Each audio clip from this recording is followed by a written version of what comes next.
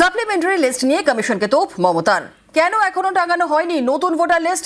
উত্তরবঙ্গে ভোট প্রচারে প্রশ্ন তৃণমূল নেত্রীর।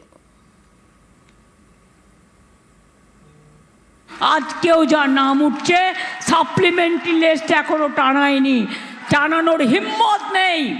লোকে জানবে কি করে কার নাম বাদ গেছে? যার নাম বাদ গেছে তাকে ফর্ম ফিল আপ করতে হবে। আমরা ক্যাম্প করব এলাকায় এলাকায়, আমাদের বিএলওরা করবে, ওরা অনেক খেটেছে, ওরা ক্যাম্প বিএলএ করবে, বিএলএ 1, 2। আমরা লয়ার দেবো বিনা পয়সায়, কিন্তু আপনাকে আপনার দরখাস্তটা ফিল আপ করতে হবে। আমরা লাস্ট অবধি চেষ্টা করে যাব।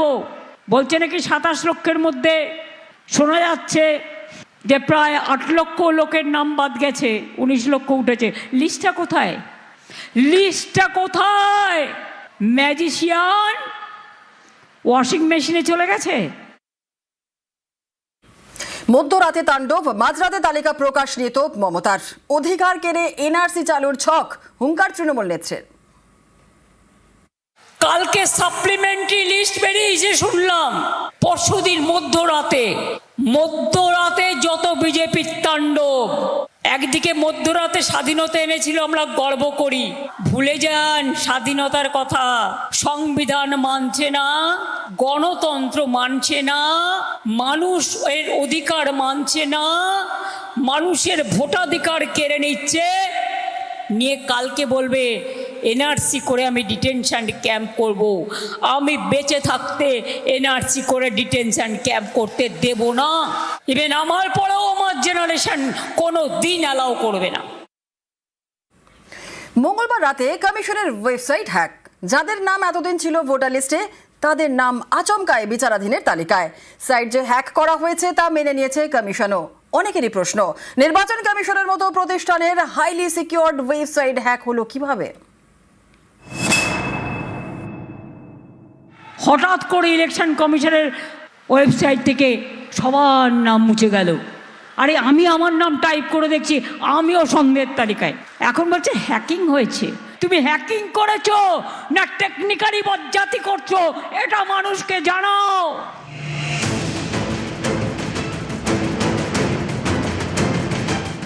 সোমবার মাঝরাতে সাপ্লিমেন্টারি লিস্ট প্রকাশ করে নির্বাচন কমিশন। এরপর মঙ্গলবার রাতে হঠাৎ দেখা যায় প্রথম ভোটার তালিকায় যাদের নাম উঠেছিল তাদের নাম হঠাৎই বিচারাধীনের তালিকায়।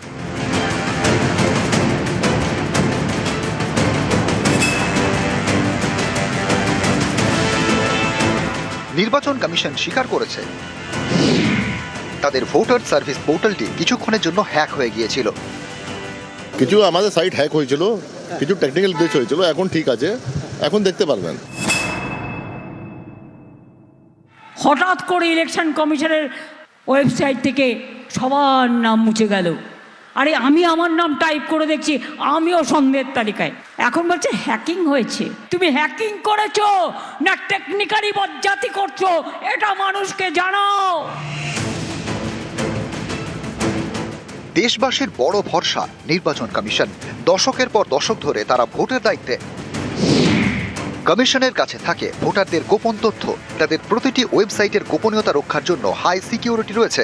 এমন একটি স্বশাসিত সাংবিধানিক প্রতিষ্ঠানের ওয়েবসাইট হ্যাক হলো কিভাবে? কমিশনের সাইট হ্যাক হলে তো ভোটারদের তথ্যের সুরক্ষা নিয়ে প্রশ্ন ওঠে। হঠাৎ করে ইলেকশন কমিশনের ওয়েবসাইট থেকে সবার নাম মুছে গেল। আরে আমি আমার নাম টাইপ করে দেখছি, আমিও সন্দেহের তালিকায়। এখন বলছে হ্যাকিং হয়েছে। তুমি হ্যাকিং করেছো না টেকনিক্যালি বজ্জাতি করছো, এটা মানুষকে জানাও। ভোটের আগে এরা যে এসআইআর করেছে নির্বাচন কমিশন, সেই এসআইআর নিয়ে তোলপাড় হয়েছে। কোটি কোটি মানুষকে লাইনে দাঁড়াতে হয়েছে, অনেকে অসুস্থ হয়ে মারাও গিয়েছেন বলে অভিযোগ। এই এসআইআর এর সময় ভোটারদের নানা তথ্য জমা পড়েছে কমিশনের ঘরে। কমিশন বারবার আশ্বস্ত করেছে একজন বৈধ ভোটারের নামও বাদ যাবে না। সেই কমিশনের ঘরেই ঠিক ভোটের মুখে হ্যাকারের হানা। এতেই অনেকের প্রশ্ন, কোটি কোটি ভোটারের তথ্য যাদের কাছে, সেই কমিশনের ওয়েবসাইট হ্যাক হলো কিভাবে? যে কমিশন ভোটারদের সুরক্ষা দেওয়ার প্রতিশ্রুতি দেয়, সেই কমিশনের ওয়েবসাইট কি যথেষ্ট সুরক্ষিত নয়? এই সফটওয়্যার কন্ট্রোল করছে ইলেকশন কমিশন। কোনো দিশা নেই, কার নাম আছে কার নাম নেই, কত শতাংশ বাদ গেল, কেন বাদ গেল, কেউ জানে না। এখানে আমরা দেখতে পাচ্ছি একটা গভীর ষড়যন্ত্র। ভোটার লিস্টটাকে ঘেঁটে দাও, তাহলে আমরা ভোটে জিততে পারি, বিজেপির কথা। ইলেকশন কমিশন তাদের পার্ট অ্যান্ড পার্টনার হয়ে কাজ করছে।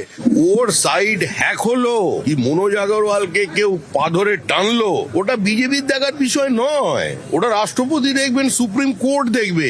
আমার ফর্ম 7 গুলোকে টেনে নেওয়া হলো, সেগুলো হ্যাকড হয়ে গেল, তার হিসাবটা মনোজ আগরওয়াল দিন আগে। নিউজ 18 বাংলা।